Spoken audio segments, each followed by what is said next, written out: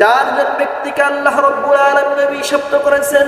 হযরত তুফাইল রাদিয়াল্লাহু তাআলা আনহু আলী রাদিয়াল্লাহু তাআলা আনহুকে জিজ্ঞাসা করলেন, আল্লাহর নবী সাল্লাল্লাহু আলাইহি ওয়াসাল্লাম কি আপনাকে এমন কোন বিষয় জানিয়েছেন যে বিষয়ে অন্য কাউকে জানান নাই?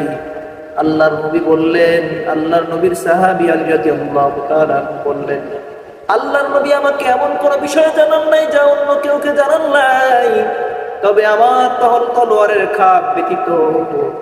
তারপরে তিনি তলোয়ারের খাপের মধ্যে থেকে একটা সহিফা বের করলেন, লিখিত কাগজ বের করলেন।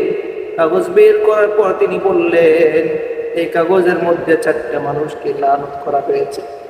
চারজন ব্যক্তিকে আল্লাহ রাব্বুল আলামিন অভিশপ্ত করেছেন।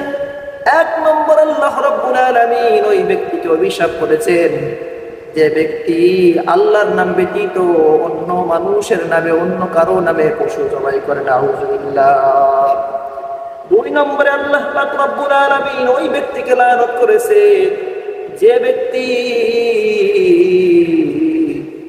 জমিনের চিহ্নকে সরায়, মানে নিজের জমিনকে বাড়ায়, অন্যের জমিনকে কমায়, জমিনের আল ঠেলে নিজের আল কেটে অপরের জায়গায় দেয়, নিজের জমিনকে বাড়িয়ে নেয়, অপরের জমিনকে সংকীর্ণ করে দেয়।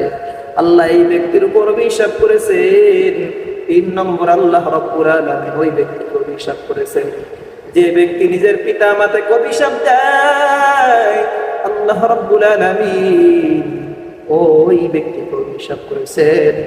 4 নম্বর, আল্লাহ অভিশাপ করেছেন ওই ব্যক্তিকে যে ব্যক্তি কোনো বিদআতিকে আশ্রয় দেয়, যে ব্যক্তি কোনো বিদআতিকে আশ্রয় দেয়, আল্লাহ ওই ব্যক্তিকে অভিশাপ করেছেন।